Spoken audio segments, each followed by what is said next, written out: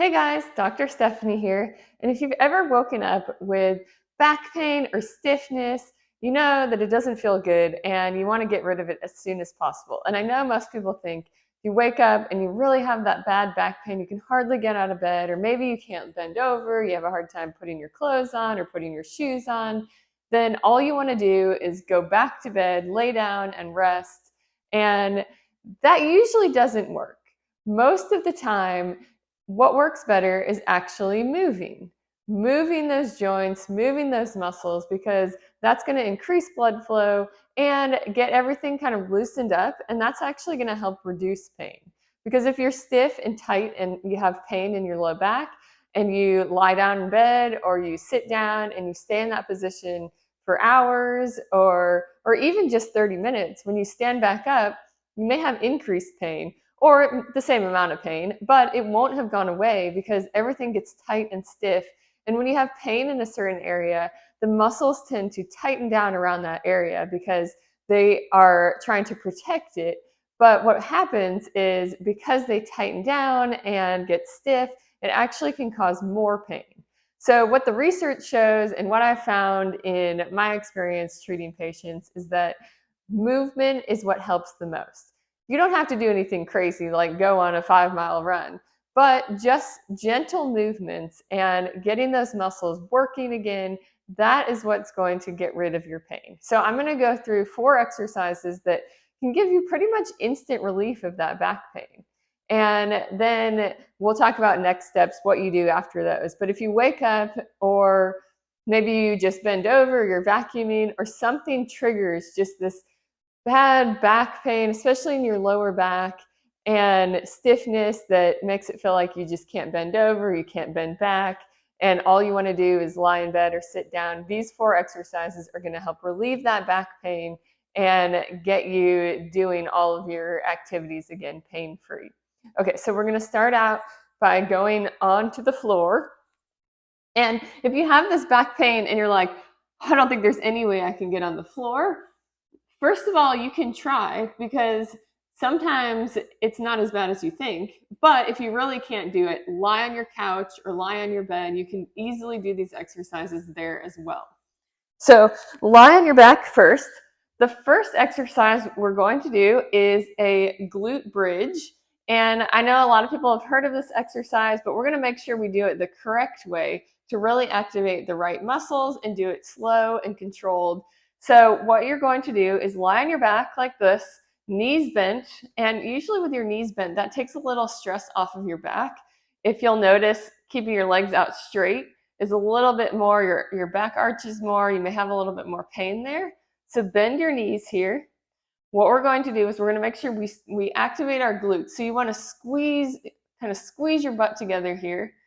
Kind of pull your belly button to your spine slightly. So we're kind of activating everything. And then you're going to lift up as high as you can, but you want everything to be in line. So you don't have to lift your pelvis up too high.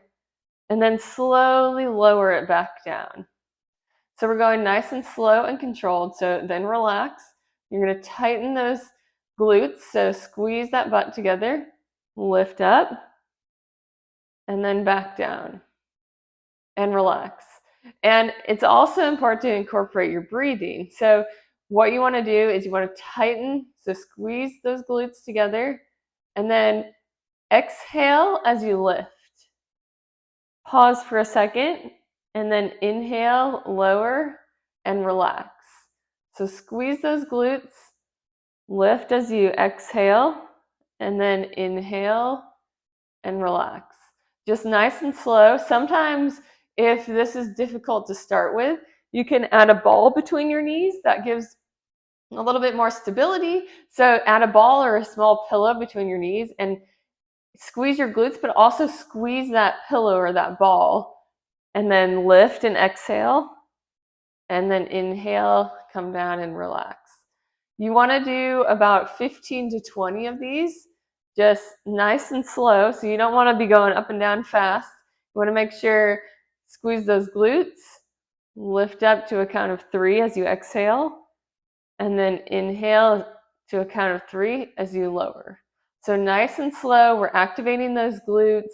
You can also kind of pull that belly button to your spine, making sure you activate your core as you do this. Just taking that stress off of the spine, but getting some movement as we do this. Okay, from this position, we're actually going to go into a quadruped position, or hands and knees. So again, the floor is probably the easiest, but you can do this on a bed or a couch as well. You want to keep your back as flat as you can here. And from this position, we are going to kind of pull our belly button to our spine. If it hurts to do that, then you just do it very slightly. Just kind of like pretend there's a string going from your belly button up to your spine and just slightly pulling up. So don't suck in, just slightly pull up. We're going to do a bird dog for exercise number 2. So slightly pull up, extend an arm and a leg here, and then come back down. And then the opposite, and come back down. Again, nice and slow. This exercise can seem easy if you go too fast, but you want to do nice and slow and controlled. You want to exhale as you extend here, and inhale as you come back down. Keeping your back as flat as you can. Try to pretend like there's a glass of water on your back and you don't want it to spill. So exhale here, and then inhale. Exhale and inhale. You want to do about 10 to 15 on each side. If you feel like that is too easy and you want something that's a little bit more challenging, extend your arm and leg, and then come back together and bring your knee and your elbow together, and then back up. So this way you'll do all 10 or 15 on one side, and then switch to the other side. Just like that. So there's a lot of other variations of that as well, but that's a great place to start. For exercise number 3, we're also going to be in a hands and knees position, and this is going to be a fire hydrant. And so basically you're going to take one leg and just bring it out to the side here, and then back down, and out to the side, and back down. You want to make sure you are doing nice and slow and controlled, but also exhale as you lift, and inhale as you bring it back down. Exhale and inhale. You want to do 10 or 15 on one side, and then same thing on the other side. And with all of these exercises, you're probably having some pain or stiffness in your lower back, and that's totally okay. A little bit of pain is okay, and especially you're doing these to get rid of pain. So if you're already having pain, you're probably not going to be able to do these completely pain-free. But if the pain doesn't change, it stays the same, and it's fairly slight, I guess, less than maybe 4 out of 10 if you're rating it, then it's definitely okay. Now, if you find your pain is increasing, then skip that exercise, or maybe you did 5 of this exercise and all of a sudden your pain gets a little bit worse, just stick to 5. So you don't have to go up to 10 or 15. Just do some movement, and then each time you do these, because you can do these exercises probably no more than 2 or 3 times a day, and you can do them every day if you want to, but not if your pain is increasing.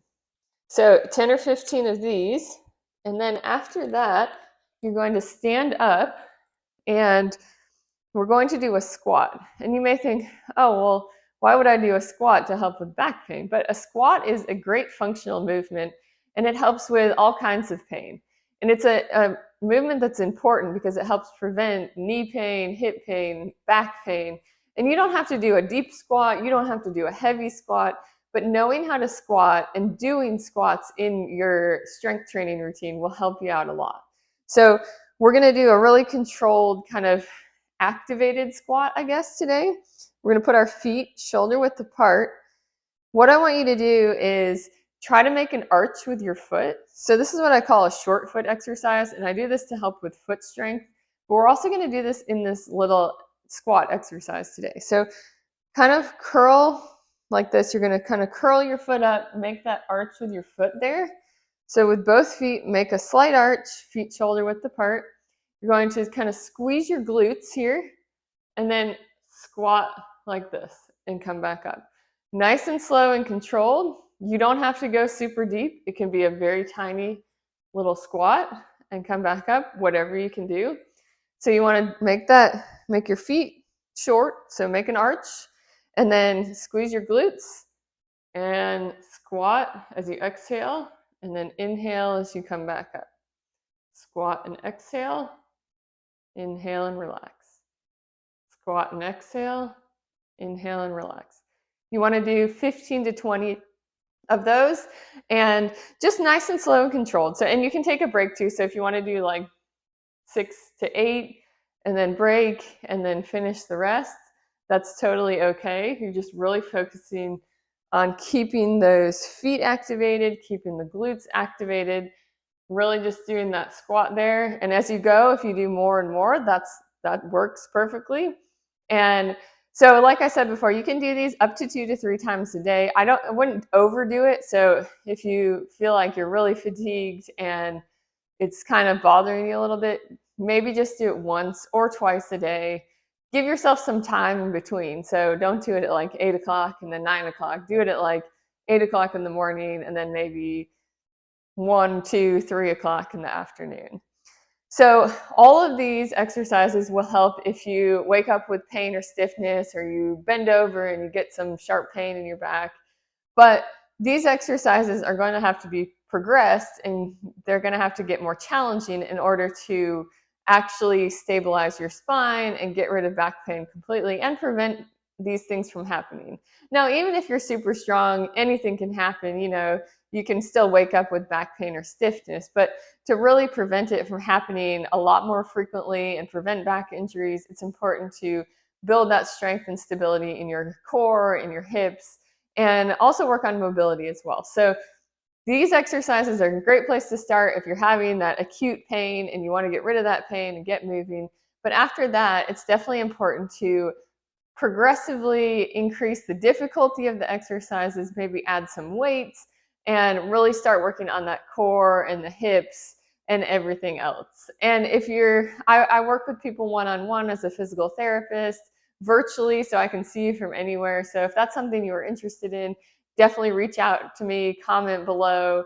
I can get back to you and we can figure out a plan. I also have some programs that you can do as well, some pre-made programs that are 10 or 12 weeks long. So if that's something that you wanted to do too, you can definitely reach out or look at my website and I can help you with those.